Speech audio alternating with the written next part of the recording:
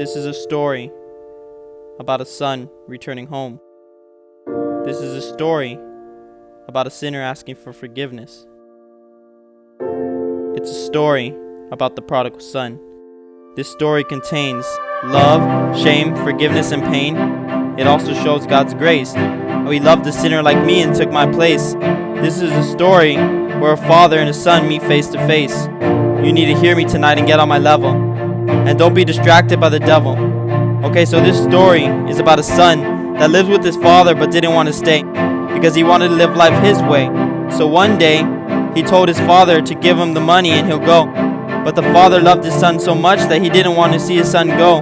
But he didn't want to force his son either, so he didn't say no. The son, on the other hand, didn't want to follow his father's guide. He had too much pride. As long as he gets what he wants, he didn't care if his father died.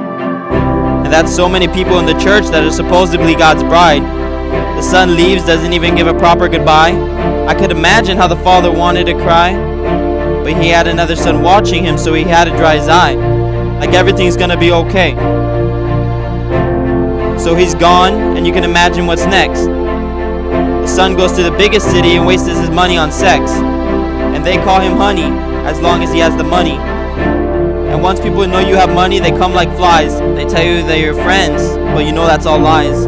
Because after all the partying and drinking, the money dries. The son realizes that this isn't a joke. The friends all leave him now, that he is broke. He had no place to stay. He had no place to lay. He was beat. He had nothing on his feet, nothing to eat. In his father's house, he was wealthy and ate ribs. Now he is here, literally eating with the pigs.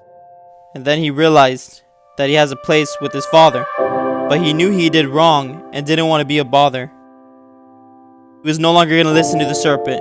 He was willing to become his father's servant. He was no longer debating. Little did he know that his father was there, waiting, each day. I could imagine how the father would pray. This was a father that loved his son and would call or text him every day if he had a phone. He couldn't wait to see his son come home. The son was coming home and didn't need assistance. The father saw him walking in a distance and saw his son. He didn't care what he had done. But the son was guilty and ashamed, didn't think that his father would forgive his name. The father was waiting for this day. He couldn't stand to see his son living in the gray.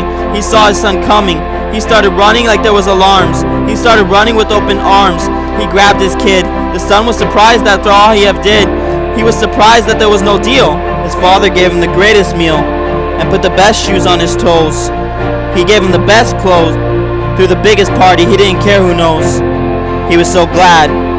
But the other son was so mad because he has always been good. But God, the Father, has a party in heaven for the lost kids to come home. Thank you, Jesus, for what was done on the cross.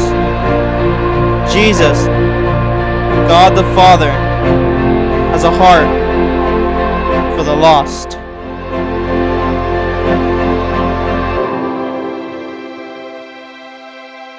So if you're like the prodigal son, come home. Because there's a Father in heaven waiting to call you His own.